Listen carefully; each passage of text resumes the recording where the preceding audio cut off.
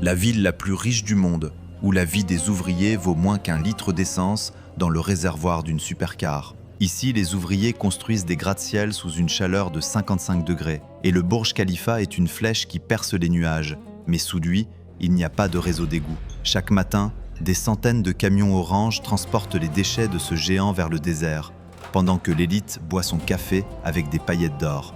Dubaï est souvent présentée comme la ville du futur, mais pour beaucoup de ceux qui l'ont construite, c'est le château de sable le plus cher du monde, où eux-mêmes vivent dans des chambres exiguës à la périphérie de la ville. Et plus on l'observe, plus une question s'impose.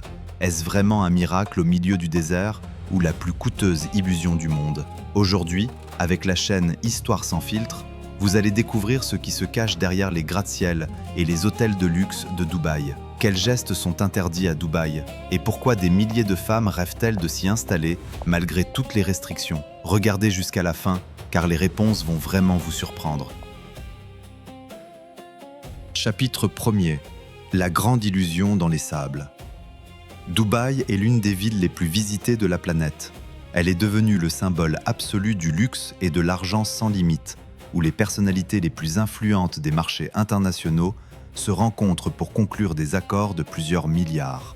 Des géants architecturaux comme le Burj Khalifa, le plus haut bâtiment du monde, et des merveilles artificielles comme Palm Jumeirah rappellent à chaque instant qu'ici, tout semble possible.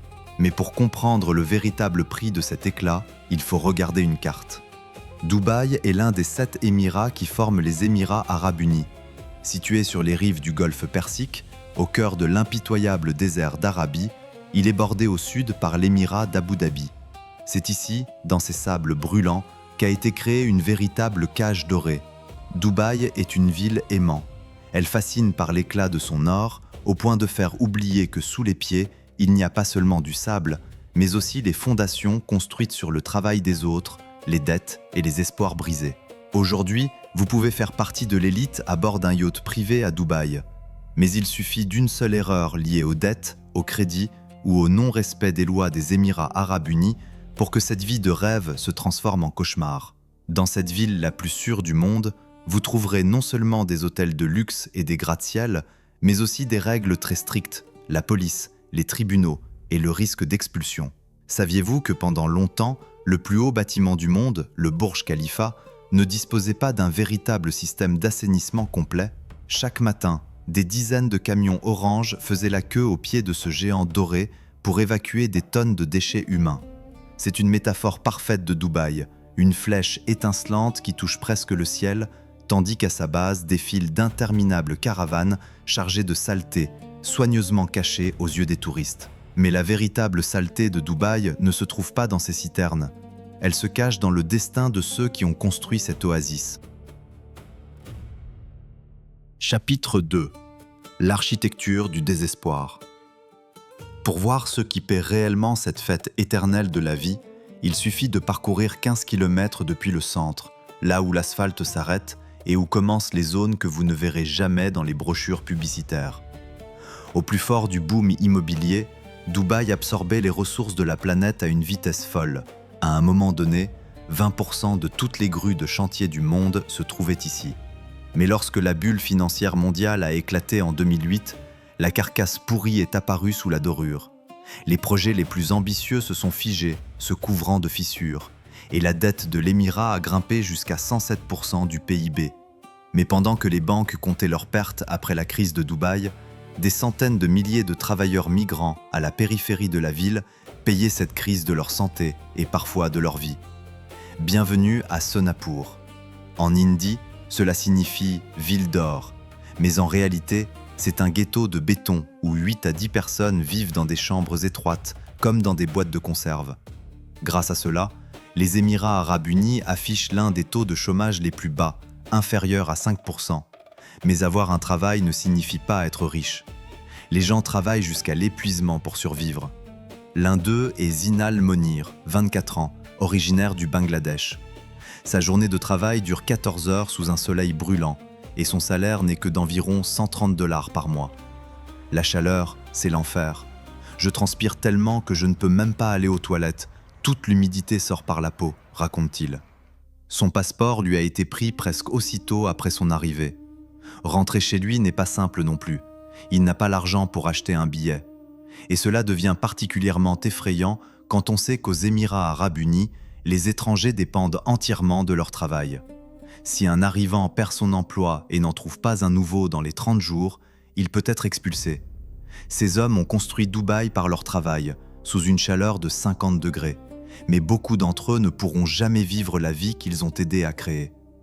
Cependant, les ouvriers ne sont pas les seuls à découvrir le visage inattendu de Dubaï. Paradoxalement, c'est l'un des endroits les plus sûrs au monde. Pourtant, pour beaucoup d'étrangers, cela reste un pays de restrictions et de règles strictes, auxquelles il n'est pas toujours facile de s'habituer. Alors, comment les femmes vivent-elles réellement à Dubaï? Et pourquoi des milliers de jeunes filles du monde entier rêvent-elles malgré tout de s'y installer? Chapitre 3. Les femmes de Dubaï. Si Dubaï impressionne par ses gratte-ciels pendant la journée, une autre facette de sa vie luxueuse apparaît à la nuit tombée. Des voitures de luxe s'alignent devant les clubs les plus exclusifs. Partout, de belles femmes venues du monde entier. Des robes somptueuses, des parfums hors de prix. Et tout cela coûte plus cher que le salaire annuel d'un ouvrier de sauna pur. Ici, tout semble possible. Faire la fête, dépenser de l'argent et vivre sans limite. C'est pour cette raison que Dubaï est parfois surnommée la ville du péché du golfe Persique. Selon les estimations les plus prudentes, plus de 40 000 femmes travaillent à Dubaï dans l'industrie des services d'escorte. Elles viennent de Russie, d'Ukraine, du Brésil, de Chine et de dizaines d'autres pays. Beaucoup arrivent attirés par une vie de luxe, les hôtels prestigieux, l'argent facile et le sentiment de liberté. Mais cette liberté a tout de même ses limites. Dubaï est une ville de caméras, de règles et de contrôle. Beaucoup de choses sont vues, beaucoup sont connues, mais tout n'est pas surveillé avec la même rigueur. L'industrie discrète des rencontres, de l'accompagnement et des divertissements nocturnes existe bel et bien, même si elle est officiellement interdite. Tant que tout reste derrière des portes closes et ne provoque pas de scandale, le système préfère souvent faire comme si rien ne se passait. Les problèmes commencent lorsque certaines femmes pensent que cette liberté est réelle. À Dubaï, les lois et les traditions sont strictes et la vie privée peut entraîner de lourdes conséquences. Par exemple, lorsqu'une femme est victime d'une agression et se tourne vers la police, il existe un risque important qu'elle se retrouve elle-même en détention. Pourquoi ? Parce que selon les règles inspirées de la charia, les faits doivent être prouvés. Et si les preuves sont jugées insuffisantes, la victime peut à son tour faire face à des accusations liées à une faute présumée. C'est là tout le paradoxe de Dubaï. Derrière les portes des hôtels 5 étoiles, la vie semble libre et insouciante. Mais dès que l'on franchit ces portes, des règles strictes entrent en vigueur. Une tenue trop révélatrice, des marques d'affection en public ou simplement l'ignorance des lois locales peuvent entraîner une amende, une expulsion ou des problèmes avec la police. Pour certaines femmes, Dubaï représente le luxe, la sécurité et le prestige. Pour d'autres, c'est une magnifique cage où la liberté s'arrête là où commencent les règles.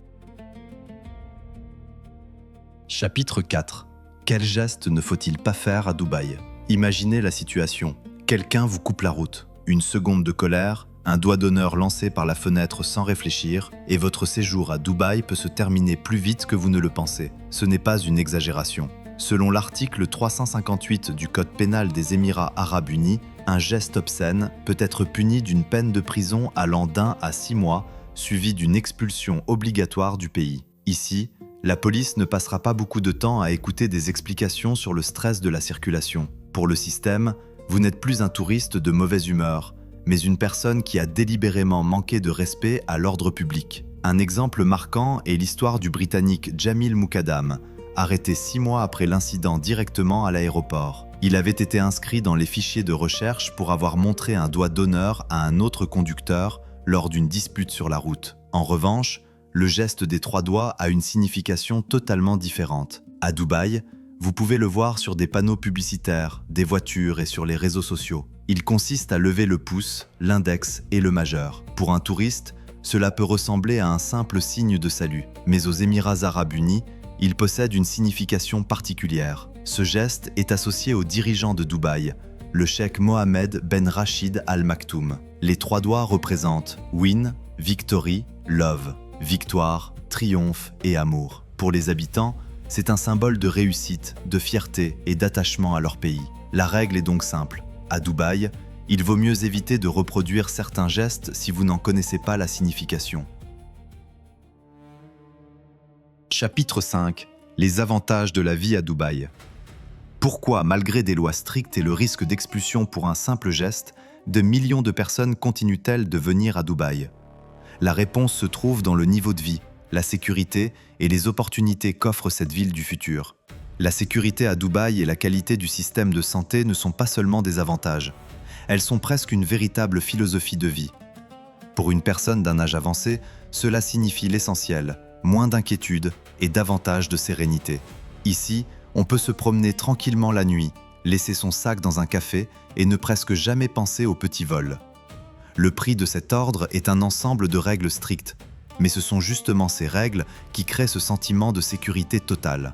On y trouve tout ce qu'il y a de plus haut, de plus grand et de plus luxueux au monde. Du gratte-ciel Burj Khalifa et des fontaines dansantes au gigantesque Dubai Mall, sans oublier la piscine de plongée la plus profonde du monde. Autre élément essentiel, le visa de retraite de 5 ans proposé à Dubaï.